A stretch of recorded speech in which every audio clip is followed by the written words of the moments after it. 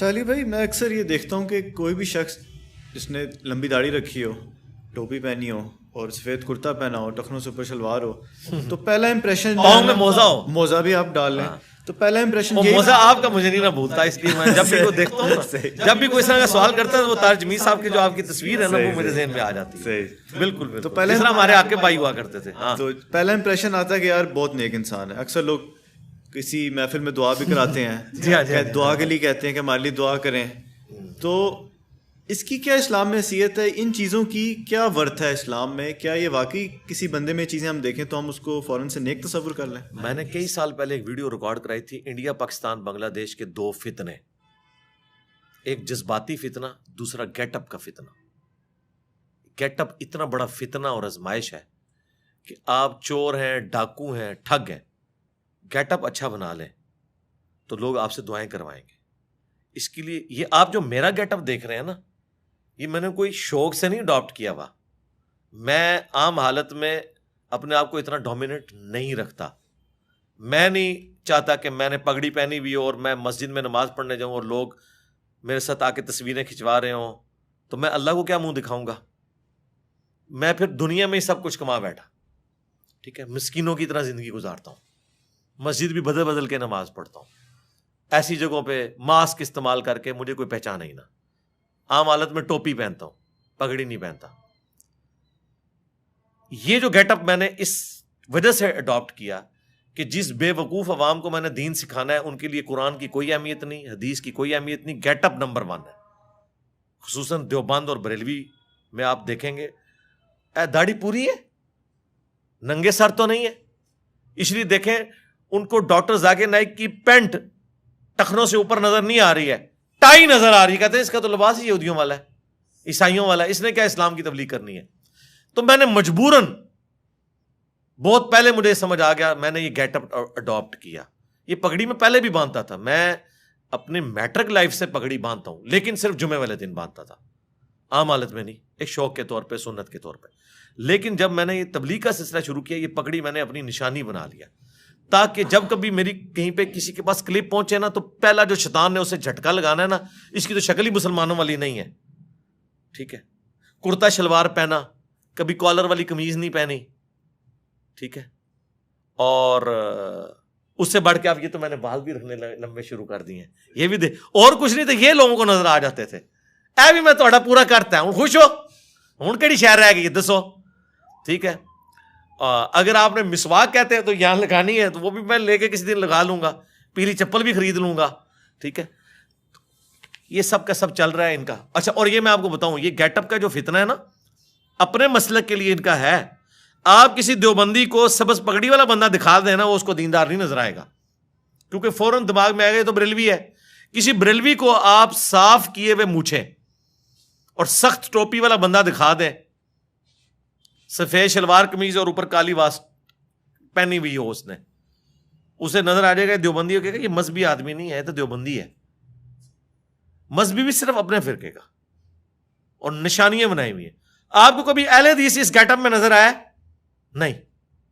اس get up میں آپ کو یا دیوبندی نظر آئے گا یا بریلوی نظر آئے گا. اہل حدیث ٹوپی اول تو کوشش کرے گا نہ ہی پہنوں بھی تو ادھر پہنوں، بال تھوڑے نکلے ہوئے ہوں، داڑھی کے کچھ بال ادھر جا رہے ہوں، ادھر جا رہے ہوں، تاکہ لگے کہ یہ اہل حدیث ہے.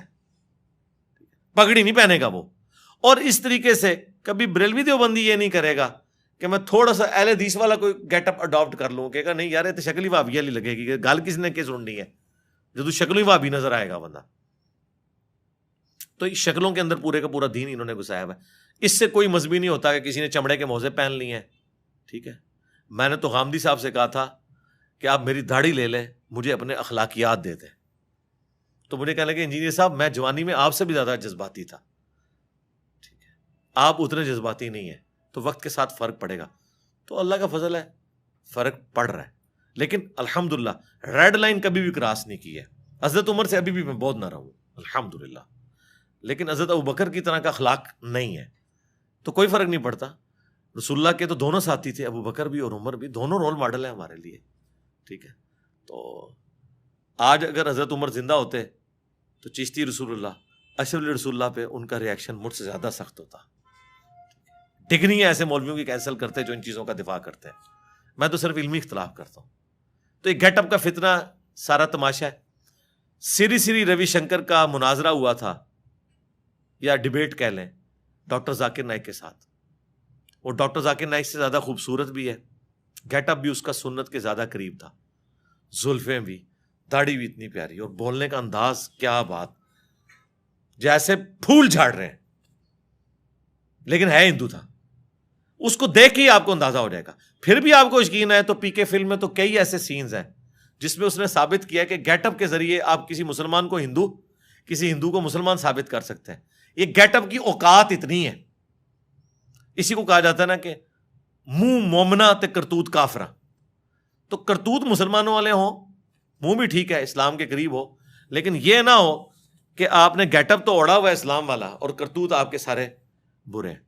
تو ان ظواہر کی بھی اپنی اہمیت ہے, لیکن وہاں تک جو فرائض ہیں, جیسے اتنی داڑھی رکھنا کہ کھال چہرے کی چھپ جائے, یہ مسلمان مرد پہ فرض ہے قرآن کی روح سے. وَلَا آمُرَنَّهُمْ فَلَا يُغَيِّرُنَّ خَلْقَ اللَّهِ, سورہ النساء کی آیت نمبر 119 میں آیا. شیطان نے کہا تھا میں ابھاروں گا تیری مخلوق کو, وہ تیری خلقت کو بدلیں گے. مرد کو اللہ نے داڑھی دی ہے, عورت کو نہیں دی ہے. مرد نے اتنی داڑھی ضرور رکھنی ہے کہ اس کی چہرے کی کھال چھپ جائے. ہاں مٹھی رکھے گا افضل ہے, اس پہ کوئی کمپرومائز نہیں ہے, یہ بیسکس ہے. ہاں سفید لباس نہ پہنے کوئی مسئلہ نہیں, یہ اس کی بجائے کالر پہننا ہے پہنے, ٹھیک ہے. کرتا نہیں پہننا آپ کف والا پہنے, کوئی مسئلہ نہیں, اس کے اندر کوئی چیز گھسی نہیں ہوئی ہے, ٹھیک ہے.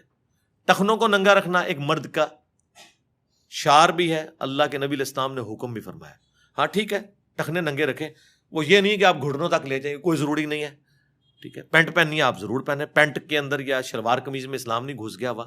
بس ایسا لباس جو آپ کے جسم کو ڈھانپ دے وہ آپ اڈاپٹ کریں, اور کوشش کریں ڈاؤن ٹو ارتھ رہیں. ایسا نہیں ہے کہ لوگ آپ کو دور سے دیکھیں اور سلوٹ مارنا شروع کرتے ہیں. میں کہتا ہوں کس طرح لوگ ان چیزوں کا سامنا کرتے ہیں کہ وہ پبلکلی ڈومیننٹ ہو جاتے ہیں, اتنے مہنگے مہنگے سوٹ پگڑیاں پہن کے, ٹھیک ہے. اس وقت علماء ایسی ایسی پگڑیاں پہن رہے ہیں جن کی قیمت 10-20 ہزار ہے, اس کے اوپر جو کپڑا لگا ہوا ہے.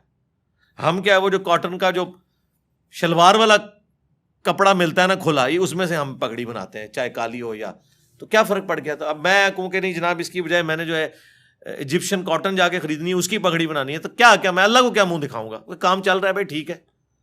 یہ کیٹی کا سوٹ لیا ہوا ہے وائٹ, دھو کے وہی پہن لیتے ہیں دوبارہ سے. یہ دیکھو 50 اب میں سوٹ لے لوں گا جن میں نے وائٹ کاٹن فلاں برانڈ کی لینی ہے, ٹھیک ہے کام چل رہا ہے, اللہ چلا رہا ہے. تو گیٹ اپ کے اندر کوئی اسلام نہیں گھسا ہوا. اچھا علی بھائی, ایک کوشچن جو ہے وہ بہت کامن ہے, اکثر لوگ جو ہے وہ مجھ سے بھی پوچھتے ہیں اور مشہور بھی بہت ہے, کہ اللہ تعالیٰ نے جب تقدیر انسان کی پہلے سے لکھ دی ہے تو پھر تو ہر بندے کے پاس جسٹیفیکیشن آ گئی ہے, وہ کوئی غلط عمل بھی کرے گا بولے گا اللہ کی مرضی تھی, تقدیر یہی تھی. تو ایسے سوالوں کا انسان کیسے اس کو جسٹیفائی کرے, اور خود بھی کبھی کبھی دماغ میں وسوسہ یہ آ جاتا ہے. یہ جو دماغ میں وسوسہ آتا ہے نا, یہ صرف اپنے آپ کو دھوکہ دینے کے لیے آتا ہے, اور صرف یہ چیزیں ان معاملات میں آتی ہیں جو اللہ نے اوبلیگیشنز ہمارے اوپر لگائی ہوئی ہیں. جو ہم اپنے کام خود کر رہے ہوتے ہیں نا, اس میں ہم اللہ کے فضل سے اللہ کے حصے کا کام بھی اپنے ذمہ لیا ہوتا ہے. توکل کی بھی کمی ہوتی ہے جو ہم نے خود کرنے ہوتے ہیں. کبھی کسی نے نہیں کہا کہ دعا کریں جی میں بس انشاءاللہ ارادہ ہے ابھی گھر جا کے میں نے ڈنر کرنا ہے تو میں گھر تک پہنچ جاؤں, کرنا ہوتا ہے. کبھی کسی نے کہا کہ یہ جی میں ابھی ٹوائلٹ جا رہا ہوں, دعا کریں کہ میں فارغ ہو کے نا سلامتی کے ساتھ باہر آ جاؤں. حالانکہ یہ بھی ایک بڑی مشکل ایکٹیویٹی ہوتی ہے جو پرفارم ہو رہی ہوتی ہے. جیسے ہی آپ کوئی دینی اوبلیگیشن کی بات کرتے ہیں, جی دعا کریں اللہ توفیق دے نماز پڑھ لیں گے, تو یہ تو سراسر دھوکہ ہے. شریعت میں اس کی کوئی گنجائش نہیں کہ آپ اس طرح کا معاملہ کریں. انبیاء کا مقدمہ, کتابوں کا مقدمہ قائم ہی اس بات کے اوپر ہے کہ انسان کو اختیار دیا گیا ہے.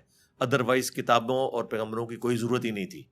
اگر اللہ تعالیٰ نے سافٹ ویئر اوپر سے فیڈ کیا اور آپ اسی کے مطابق چلیں گے, وہ والی مخلوق تو ہے اللہ کے پاس فرشتے. انسان کو اللہ نے اختیار دیا ہے. انا ہدیناہ السبیل, بے شک ہم نے تمہیں راستہ دکھا دیا ہے ہدایت کا. اما شاکرا و اما کفورا, چاہے شکر گزاری کی روش اختیار کرو خواہ ناشکری کی.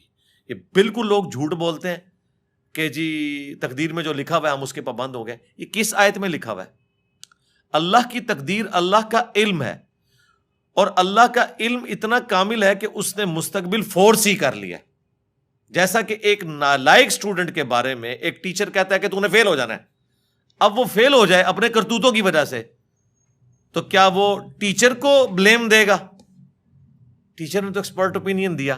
اسی طریقے سے اللہ کا ایکسپرٹ اوپینین تو کامل ہے کہ اگر یہ والی حرکت یہ کرے گا تو اس کا اینڈ رزلٹ یہی نکلے گا. اب یہ سوال ایک الگ ہے کہ اگر یہی کچھ ہونا تھا تو ہم نے اس مصیبت میں جو زندگی گزار رہے ہیں یہ اللہ نے ہم سے پوچھے بغیر ہمیں کیوں ڈال دیا اس معاملے میں؟ اس کے بارے میں قرآن میں واضح فتویٰ ہے، لا یسأل عما یفعل وہم یسألون. اللہ کو کوئی نہیں پوچھ سکتا اس نے یہ کیوں کیا، وہ سب کو پوچھ سکتا ہے. اس کو یوں سمجھیں، آپ کو کسی نے دھکا دے دیا سمندر میں، سمندر کے کنارے ایک شخص کھڑا ہے اور وہ آپ کو کہہ رہا ہے کہ بھائی میری طرف متوجہ ہو، میرے پاس ایک ایسا طریقہ ہے کہ تم کنارے لگ جاؤ گے، یوں ہاتھ مارو تم کنارے تک پہنچ جاؤ گے. اور بھائی صاحب اتنے اکڑے میں ہیں، وہ کہہ رہے ہیں کہ نہیں، مجھے پہلے بتاؤ مجھے دھکا کس نے دیا میری مرضی کے بغیر. اور وہ شخص کہہ رہا ہے کہ یار چھوڑو جس نے بھی دھکا دیا، اس وقت اپنی جان بچاؤ، کنارے پہ آگے دیکھ لیں گے کس نے دھکا دیا، اسے پوچھ لیں گے. اور آگے وہ ضد پہ اڑا رہے نہیں میں نے نہیں ہاتھ پاؤں مارنے، تو نقصان کس کا کرے گا؟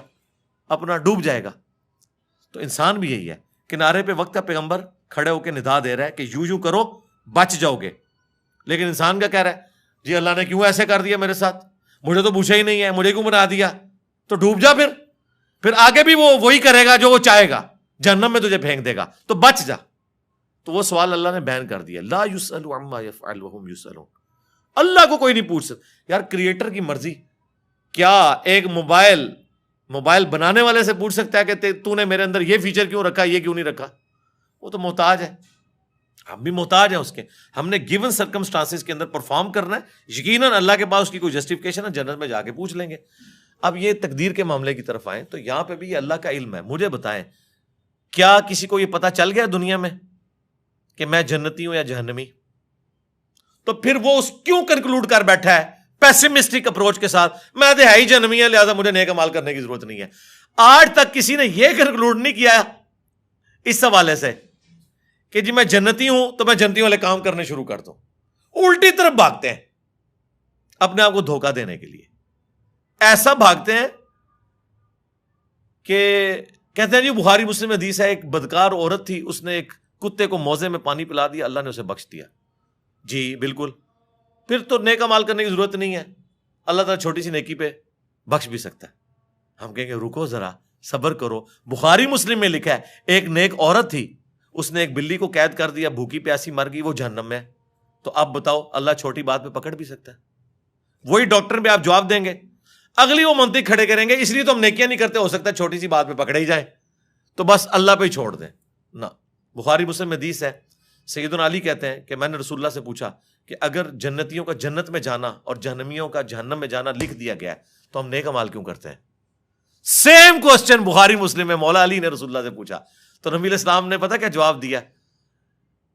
بالکل ہٹ کے ایک جواب دیا. آپ نے فرمایا تم عمل کرتے رہو، جو جنتی ہوگا اس کے لیے جنتیوں والے اعمال آسان ہو جائیں گے، اور جو جہنمی ہوگا اس کے لیے جہنمیوں والے اعمال آسان ہو جائیں گے. پھر نبی علیہ السلام نے قرآن کی آیات تلاوت کی. سورۃ اللیل جو ہے نا، پارہ نمبر 30 کے اندر بڑی ڈسائسو آیات ہیں. اس موقع پہ نبی علیہ السلام نے ان آیات کو تلاوت کیا. اعوذ باللہ من الشیطان الرجیم. فَأَمَّا مَنْ أَعْطَى وَاتَّقَى وَصَدَّقَ بِالْحُسْنَى، پس جس نے اطاعت گزاری کی روش اختیار کی، اللہ کا تقوی اختیار کیا اور ہر اچھی بات کی تصدیق کی، فَسَنُيَسِّرُهُ لِلْيُسْرَى، اس کے لیے ہم آگے آسانیاں کر دیں گے. یعنی کرنا اس نے ہی ہے پھر بھی. وَأَمَّا مَنْ بَخِلَ، اور جس نے بخل کیا، کنجوسی کی، وہاں پہ آیا تھا استغنا والی کیفیت، یعنی اللہ کی اطاعت اختیار کرنا، اللہ کے لیے خرچ کرنا. وَكَذَّبَ بِالْحُسْنَى، اور ہر اچھی بات کو جھٹلایا. فَسَنُيَسِّرُهُ لِلْعُسْرَى، پھر ان قریب ہم اس کے لیے مشکل پیدا کر دیں گے. یہ آیات نبی علیہ السلام نے پڑھی کہ جنتیوں کے لیے جنت والے اعمال آسان ہوں گے. ہمیں کوئی کہتا ہے نا کہ ہاں جی کیا خیال ہے، ہم کہتے ہیں انشاءاللہ ہم نے جنت میں جانا ہے اور کوشش بھی کر رہے ہیں اس کے لیے. بخاری مسلم حدیث ہے میں اپنے بندے کے گمان کے قریب ہوں جیسا میرے لیے گمان کرے. کبھی اللہ کے لیے گمان نہ کریں کہ میں نے جہنم میں جانا ہے. گمان پازیٹیو رکھیں لیکن محنت بھی پازیٹیو کریں. صرف گمان نہیں، کہ جو کچھ بھی ہے تیرے محبوب کی امت سے، ایفرٹ پٹ کرنی ہے، اس کے بعد رہنا آپٹیمسٹک ہے، پیسیمسٹک نہیں ہونا آپ نے، تو انشاءاللہ ستہ خیرہ۔ اور یہ وہ وجہ ہے جس کی وجہ سے اللہ نے قرآن میں جگہ جگہ کہا ہے اللہ اپنے وعدے کے خلاف نہیں چلتا، اللہ جنتیوں کا وعدہ پورا کرے گا۔ جنتیوں کا کلام نقل ہوا ہے کہ جنتی جنت میں پہنچ کہیں گے کہ شکر ہے کہ جو اللہ نے ہم سے وعدہ کیا تھا پورا کیا۔ یہ اللہ پتہ بار بار کیوں کہتا ہے؟ دنیا میں ایسا نہیں نہ ہوتا، دنیا میں محنت کرنے والا ناکام ہو جاتا ہے، اور بعض اوقات بغیر محنت کیے وہ شخص کامیاب بھی ہو جاتا ہے، اس کو اتنا مال مل جاتا ہے، محنت کرنے والا ڈوب جاتا ہے۔ تو اس لیے اللہ نے کہا آخرت میں ایسا نہیں ہوگا کہ کسی کی لاکھ کام آئے، نہ، لاکھ دنیا میں ہے کہ محنت کریں کامیاب ہو بھی سکتے ہیں، بری طرح ناکام بھی ہو سکتے ہیں۔ آخرت میں اللہ نے بار بار اس لیے یقین دہانی کہی کہ آخرت میں یہ نہیں ہوگا کہ ایک بندے نے پوری محنت کی اور آخرت میں جا کے اس کی لاکھ یہ نکلی کہ نماز پڑھنے والا جو ہے وہ جہنم میں چلا گیا اور جو اللہ کا باغی تھا وہ جنت میں چلا گیا۔ نہ، آخرت کے لیے لاکھ نہیں ہے۔ اس لیے اللہ نے کہا میں اپنے وعدے کی خلاف ورزی نہیں کرتا، میں نے جو وعدے کیے ہیں پورے کروں گا، یہ یقین دلایا۔ کیونکہ انسان کو وسوسہ آ سکتا تھا کہ دنیا میں تو ایسا نہیں ہوتا، دنیا میں محنت کرنے والا بعض اوقات کامیاب ہوتا ہے، بعض اوقات ناکام۔ آخرت میں 100% ناکام ہوگا جو دنیا میں پیغمبروں کا نافرمان ہے، اور 100% کامیاب ہوگا جو دنیا میں انبیاء کا تابع فرمان ہے۔ اور مسئلہ تقدیر کو حل کرنے والی ایک آیت میں کوٹ کر دوں، جو کوئی بھی پوچھے نا اس حوالے سے، سورہ الزمر کی آیت ہے، وہ پورا مسئلہ حل کر دیتی ہے۔ سورت نمبر ہے 39 اور اس کی آیت نمبر ہے 7، بالکل سٹارٹ میں ہی۔ میں کہتا ہوں نہیں تقدیر کا مسئلہ ہی ہے۔ ان تکفروا فإن اللہ غنی عنکم، اگر تم ناشکری کی روش اختیار کرو گے، اللہ کے نافرمان بنو گے، کفر اختیار کرو گے، تو یاد رکھنا اللہ بے پرواہ ہے۔ کسی کو یہ ٹینشن نہ ہو کہ کوئی نماز نہیں پڑھ رہا تو کوئی اللہ تعالیٰ کو کوئی فرق پڑ گیا، نہیں، میں بے پرواہ ہوں۔ اچھا، اب بے پرواہی کا کوئی یہ بھی رزلٹ نکال سکتا تھا کہ اللہ جب بے پرواہ ہے تو مجھے نمازیں پڑھنے کی کیا ضرورت ہے، اللہ کو تو فرق نہیں پڑتا۔ وہ اللہ نے ساتھ پھر کلیئر کیا، وَلَا يَرْضَى لِعِبَادِهِ الْكُفْرَ، لیکن یاد رکھنا وہ اپنے بندوں سے کفر کو، ناشکری کو، نافرمانی کو پسند نہیں کرتا۔ بے پرواہ ضرور ہے، لیکن اوپن لائسنس نہیں کہ بے پرواہی کا رزلٹ یہ نکلے کہ ٹھیک ہے منو کے چاہے یہ گناہ کرے یا ثواب کرے، نہیں۔ اللہ کہہ رہا ہے میں بے پرواہ اس اعتبار سے ہوں کہ تیرے گناہ کی وجہ سے میری خدائی میں کوئی فرق نہیں پڑے گا، لیکن تیرا بیڑا غرق ہو گیا۔ اللہ اپنے بندوں سے نافرمانی پسند نہیں کرتا۔ وَإِن تَشْكُرُوا، اور دیکھنا اگر تم شکر گزاری کی روش اختیار کرو گے، يَرْضَهُ لَكُمْ، تو یہی وہ تم سے چاہتا ہے۔ وَلَا تَزِرُ وَازِرَةٌ وِزْرَ أُخْرَى، اور کوئی جان بوجھ اٹھانے والی دوسرے کے اعمال کا بوجھ نہیں اٹھائے گی۔ ثُمَّ إِلَىٰ رَبِّكُمْ مَرْجِعُكُمْ، اس کے بعد تم لوٹ کر اپنے رب کے پاس جاؤ گے۔ فَيُنَبِّئُكُمْ بِمَا كُنتُمْ تَعْمَلُونَ، پھر وہ تمہیں بتا دے گا جو کچھ تم دنیا میں اعمال کیا کرتے تھے۔ إِنَّهُ عَلِيمٌ بِذَاتِ الصُّدُورِ، بے شک وہ سینوں کے چھپے ہوئے رازوں کو بھی جاننے والا ہے، اس لیول تک باریکی کا حساب کرے گا۔ اور ایک اور آیت ہے اس کانٹیکسٹ میں سورہ طٰہٰ کے اندر، وہ بہت کرٹیکل آیت ہے۔ سورہ طٰہٰ کے اینڈ پہ جا کے وہ آیات آتی ہیں، اللہ تبارک و تعالیٰ نے اس حوالے سے مسئلہ تقدیر کو کلیئر کر دیا ہے، وہ بھی میں یہاں پہ کور کر دیتا ہوں۔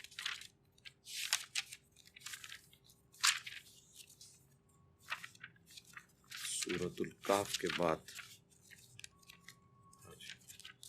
سورہ مریم اور طٰہٰ کے بالکل اینڈ پہ جا کے آئے تھے۔ یہ اکثر لوگ جو آپ کو کہہ رہے ہوتے ہیں بدبخت، یہ دیکھیں اللہ تعالیٰ فرماتا ہے جب ہم نے آدم علیہ السلام کو اور ان کی اولاد کو زمین پہ بھیج دیا، ظاہر ہے انہی سے اولاد پیدا ہونی تھی، اللہ نے فرمایا قَالَ اهْبِطَا مِنْهَا، ہم نے دونوں سے کہا، سیدہ حوا اور سیدنا آدم سے، مِنْهَا جَمِيعًا، کہ تم سب کے سب اب اتر جاؤ، بَعْضُكُمْ لِبَعْضٍ عَدُوٌّ، تم میں سے بعض کے دشمن ہوں گے، یعنی شیطان کا دشمن انسان، اور انسان کو بھی دشمنی روانی ہے، اور آپس میں بھی انسان لڑیں گے۔ اب یاد رکھنا فَإِمَّا يَأْتِيَنَّكُم مِّنِّي هُدًى، اب جب کبھی بھی میری طرف سے کوئی ہدایت کی کتاب آئے گی نا دنیا میں، فَمَنِ اتَّبَعَ هُدَايَ، تو جو کوئی بھی اس ہدایت کی پیروی کر لے گا، فَلَا يَضِلُّ وَلَا يَشْقَى، تو نہ وہ گمراہ ہوگا اور نہ ہی بدبخت ہوگا۔ تو بدبختی پھر اللہ نے بندوں کے کھاتے میں ڈال دی ہے کہ جو کتابوں کی مان لے گا نا وہ بدبخت نہیں ہوگا۔ تو اس کا مطلب ہے بدبخت اللہ بناتا ہے یا انسان خود بدبختی کماتا ہے؟ خود۔ یہ آیت واضح ہے کہ جو ہدایت کی پیروی کر لے گا وہ نہ گمراہ ہوگا نہ شقی ہوگا، اور جو پیروی نہیں کرے گا وہ گمراہ بھی ہو جائے گا اور بدبخت بھی ہو جائے گا۔ یہ خود ہم کماتے ہیں، تو یہ کہیں پہ کنسیپٹ نہیں، یہ تو بڑا گمراہ کن عقیدہ ہے۔ یہ عقیدہ جبریہ کا تھا کہ اللہ تعالیٰ انسان پہ مسلط کر دیتا ہے، اور قدریہ دوسری ایکسٹریم پہ چلے گئے، انہوں نے کہا نہیں ٹوٹلی ہم ہی کرتے ہیں۔ ہمارا عقیدہ درمیان میں ہے کہ جن باتوں کا حکم اللہ نے ہمیں دیا ہے ان کا اختیار بھی ہمیں دیا ہے، اور جن چیزوں کا مجھے حکم نہیں دیا اس کا اختیار میرے پاس نہیں ہے، اور نہ مجھے اس میں کوئی زیادہ پڑھنے کی ضرورت ہے۔ مثلا میرا قد کتنا ہے، میری آنکھوں کا کلر کیا ہے، میں کن ماں باپ کے گھر پیدا ہوں گا، میں کس ملک میں پیدا ہوں گا، مجھے بتائیں، یہ قیامت الدین ہم سے پوچھا جانا ہے۔ لیکن جو بات اللہ نے ہم سے پوچھنی ہے نا، اس کا اختیار ہمیں دیا ہے، اور اگر آپ یہ اختیار نہیں مانیں گے تو اللہ پہ ظلم لازم آئے گا، اور اللہ تعالیٰ عدل کرنے والا ہے۔ ٹھیک ہو گیا؟ علی بھائی، قرآن میں اکثر میں نے پڑھا ہے کہ شیطان تمہارا کھلا دشمن ہے، اور شیطان وصف سے دیتا ہے، اکثر ہم سنتے ہیں کہ بھی شیطان حاوی ہو گیا تمہارے اوپر۔ یہ آخر شیطان کیا چیز ہے، اس کے بارے میں کچھ بتائیں۔ شیطان دیکھیں، ایک تو بڑا شیطان ہے نا، جو قصہ آدم اور ابلیس قرآن پاک میں ایٹ لیسٹ 7 ٹائمز بیان ہوا ہے تفصیل کے ساتھ، سورۃ البقرہ میں، سورۃ الاعراف میں، سورہ بنی اسرائیل میں، سورۃ الحجر کے اندر، سورہ صاد کے اندر، سورۃ الکہف کے اندر، سورہ طٰہٰ کے اندر۔ وہ بڑا شیطان جو حضرت آدم علیہ السلام کے ساتھ وہ پورا معاملہ ہوا، پھر اس کی اولاد بھی ہے۔ ہر انسان کے ساتھ ایک شیطان کا بچہ اٹیچ ہو جاتا ہے، جن۔ بخاری مسلم دونوں میں حدیث ہے کہ شیطان انسان کے جسم میں خون کی طرح دوڑتا ہے، اور مسلم شریف میں حدیث ہے ہر انسان کے ساتھ ایک فرشتہ ہے اور ایک جن ہے۔ شیطان اور جن یہ انٹرچینجبل ہے، کیونکہ اس کی اسپیشی جن ہے۔ فرشتہ اسے نیکی کی طرف بلاتا ہے اور شیطان اسے برائی کی طرف۔ اللہ نے دیکھے کیسا بیلنس کیا ہے، صرف نہیں شیطان مسلط کیا، فرشتہ بھی کیا ہے، دونوں چیزیں پیرلل میں۔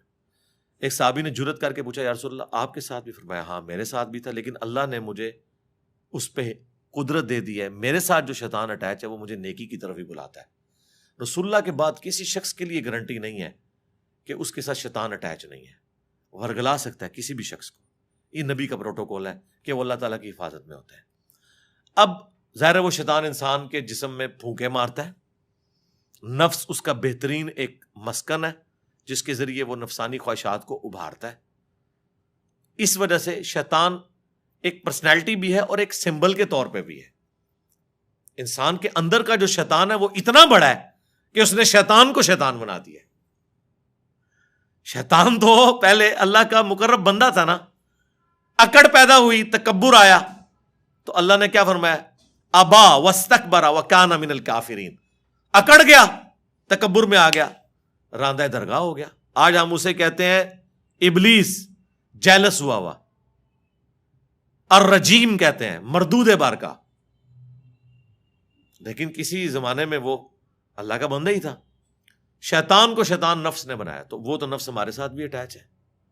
اس نفس کو آپ سمجھ لیں کیٹالسٹ کا کام کرتا ہے، جیسے کیمسٹری میں کیٹالسٹ ڈالا جاتا تھا نا کیمیکل ریئیکشن کو تیز کرنے کے لیے۔ اصل جس شیطان سے آپ نے بچنا ہے نا وہ اندر کا نفس ہے، جس میں وہ بڑا شیطان بھوکے مارتا ہے، یا آپ کے ساتھ جو اٹیچ شیطان ہے۔ اور اس سے بچنے کا آسان طریقہ ہے وظائف ہے، لا حول ولا قوت الا باللہ، اعوذ باللہ السمیع العلیم من الشیطان الرجیم۔ اور سب سے بڑھ کر جب آپ اللہ کا ذکر کرتے ہیں تو بخاری مسلم کی احادیث اس پر گواہ ہیں، کتنی احادیث، میں نے اس پہ پورے لیکچرز دیے ہیں کہ جیسے آپ اللہ کے ساتھ اٹیچ رہتے ہیں شیاطین آپ سے دور رہتے ہیں۔ اچھے ماحول کی بھی تو یہی برکت ہوتی ہے، اور جب آپ اللہ کا راستہ چھوڑ دیتے ہیں یہ آپ کے اوپر حملہ آور ہو جاتے ہیں۔ سورہ زخرف کی آیت ہے کہ جو رحمان کے ذکر سے غفلت اختیار کرتا ہے ہم اس پہ شیطان مسلط کر دیتے ہیں، پھر وہ اس کا ساتھی بن جاتا ہے۔ یعنی اس کا مطلب ہے کہ شیطان مسلط ہونے دیتے ہیں۔ شیطان کو دور کرنے کا طریقہ اللہ کا ذکر ہے۔ جیسا کہ کسی پر پیاس مسلط ہو تو کیسے دور کرے گا؟ پانی پی کر۔ بھوک مسلط ہو تو کیسے دور کرے گا؟ کھانا کھا کر۔ شیطان مسلط ہوا ہے تو اللہ کا ذکر کر کے۔ باقی جو تھوڑے بہت وسوسے ہیں ان کو اللہ نے درگزر فرمایا۔ مسلم شریف میں حدیث ہے، ایک صحابی نے کہا یا رسول اللہ بعض اوقات ایسے سے خیال دماغ میں آتے ہیں، دماغ تو سوچتا ہے کہ دل کرتا ہے کہ جل کے کوئلہ ہو جاؤں لیکن زبان پہ نہ لاؤں۔ فرمایا عین ایمان ہے، زبان پہ نہیں لایا، یہ تمہارے ایمان کی دلیل ہے، شیطان تمہیں آگے ورگلا رہا ہے لیکن تم اس کے پیچھے نہیں چل رہے۔ اور بخاری مسلم میں یہ بھی حدیث ہے کہ اللہ تعالیٰ نے میری امت کے دل میں آنے والے جو وسوسے ہیں نا، جو آٹومیٹکلی شیطان کی طرف سے آتے ہیں وہ معاف کر دیے جب تک کہ وہ زبان پر نہ لے آئے یا اس کے مطابق عمل نہ کر لیں. تو ان کو آپ اگنور کریں, یہ خود بخود چیزیں جو ہے نا وہ اگنور ہو جاتی ہیں. ادروائز یہ آپ کا ٹیسٹ ہے. مجھے بتائیں اگر شیطان نہ ہوتا تو ٹیسٹ کہاں سے تھا؟ اگر پیاس نہ ہوتی تو پانی کی قدر کسی کو ہوتی؟ اگر رات نہ ہوتی تو دن کی قدر آتی؟ یہ ہو نہیں سکتا کہ اپوزٹ چیز نہ ہو اور آپ کے اندر اس کی قدر محسوس ہو. تو اللہ تعالیٰ نے ٹیسٹ یہ دنیا اس لیے رکھا کہ شیطان کا راستہ بھی ہو, رحمان کا راستہ بھی ہو, اور آپ کی جنگ جاری رہے. آپ جنت کو ارن کریں. یہ پلیٹ میں رکھ کے نہیں ملنی, یہ ارن کر کے ملنی ہے. اور یہ اتنی مشکل ہے کہ بخاری مسلم کی حدیث ہے, اللہ تعالیٰ نے جنت کو ناگوار چیزوں سے ڈھانپا ہوا ہے اور جہنم دوزخ کو خوشگوار چیزوں سے ڈھانپا ہوا ہے. یعنی وہاں انسان اٹریکٹ ہوتا ہے. اور اس کی ایکسپلینیشن ابو داؤد, ترمذی, نسائی, ابن ماجہ چاروں کتابوں میں یہ حدیث ہے سنن اربعہ کی, کہ اللہ تعالیٰ نے جب جہنم کو پیدا کیا تو حضرت جبرائیل کو کہا کہ جا کے دیکھو جہنم. جب دیکھ کے انہوں نے کہا توبہ توبہ توبہ, یا اللہ مجھے نہیں لگتا کوئی بندہ ایسا کام کرے کہ جہنم میں پہنچ جائے. اللہ تعالیٰ نے فرمایا اچھا اب جاؤ. جب دوبارہ گئے تو اللہ تعالیٰ نے جہنم کو خوشگوار چیزوں سے, دنیا کی آسائشیں, گناہ کی لذتوں سے ڈھانپ دیا. اور پوچھا جبرائیل اب سناؤ. ان کا یا اللہ مجھے نہیں لگتا کوئی جہنم میں پہنچنے سے بچ جائے. جتنا تو نے اٹریکٹفل اسے بنا دیا ہے نا کہ ہر اٹریکٹفل راستہ ادھر ہی جا رہا ہے, وہی تو آپ کا امتحان ہے. اس لیے جنت میں آپ کو انعام مل رہا ہے. وہ دنیا میں جو اٹریکٹفل چیزیں ہیں وہ جنت میں آپ کو انعام کے طور پہ مل رہی ہیں. دنیا میں وہ حرام ہے, سونا, چاندی, ریشم, 4 سے زیادہ عورتیں. جنت میں آپ کو انعام دیا جا رہا ہے ان چیزوں کا انعام جو دنیا میں حرام کی ہوئی تھی. تو اس کا مطلب ہے وہ اٹریکٹفل تھی. پھر اللہ نے فرمایا جنت کی طرف جاؤ. جنت سے ہو کے انہوں نے کہا یا اللہ مجھے نہیں لگتا کہ کوئی تن من دھن نہیں لگا دے گا جنت میں پہنچنے کے لیے, یہ تو سارے جنتی ہو جائیں گے. اللہ نے فرمایا وہی والی ہماری بھی بات, رکو ذرا صبر کرو اب جاؤ. جب دوبارہ گئے حضرت جبرائیل, انہوں نے دیکھا یہ تو مشقتوں سے ڈھانپی ہوئی ہے. کہیں روزوں کی مشقتیں ہیں, کہیں حلال اور حرام کی مشقتیں, کہیں نمازوں کی مشقتیں, کہیں جہاد اور قتال کی مشقتیں. انہوں نے کہا یا اللہ مجھے نہیں لگتا کوئی جنت میں پہنچنے میں کامیاب ہوگا الا یہ کہ کوئی خوش نصیب ہو.